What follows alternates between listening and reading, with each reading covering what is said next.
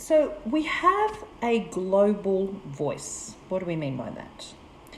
When we're communicating, because now we're working online a lot more, we're speaking to lots of different cultures, we work for the same company, but it feels like everybody comes from different worlds because of the strong accents that we carry. So one of those things that I would like to teach is how to have a global voice. Now, what do we mean by a global voice? Is a tone that's consistent, a style, speaking style, and a pace, right, that can be understandable. So the pace that we speak at can be too slow or it can be too fast. You can have a style that is not global. In other words, it suits your local area, but it doesn't suit another country. So we need to observe the style. And what do we mean by the style? That can include words, language. It can include expressions that you find within the company. That may include also gesturing when we're communicating, not just voice. We're talking about facial gesturing, hand movements. For example, correct me if I'm wrong, but in India, for example, when you're nodding side to side, which is no, that can mean yes to people. And that's confusing, right? So we need to look at the style of the gesturing.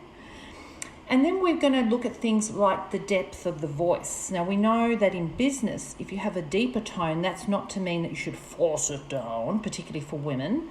Not force it down, but to do it with exercises and a very relaxed jaw and a relaxed tongue. A deeper tone carries, research shows that it carries credibility and authority. And it's also associated to executive presence. Now, executive presence is also about how many words you speak, how fast you speak when it comes to communication and non-verbal language. But it also talks about tone, that the lower tone feels way more calming for people. It's reassuring. In fact, research shows that men with lower vocal cords, or actually deeper vocal cords, sounding vocal cords, get paid more money. Women don't tend to have a lower voice. We have a higher voice because the vocal cords are smaller, are shorter. And so because of that, it's a higher frequency, but you can learn to use your voice in a lower way. Now, you can overdo it and then it becomes a monotone and it's boring and repetitive. So we need a bit of stylizing in there, which is pausing. It's about pitching high. Today, we are going shopping. Tomorrow, we need to sit down and do our work. So just then I've used a different pitch. So that's frequency, which is really great for expression, and it helps the stylizing of what we're talking, how we're talking.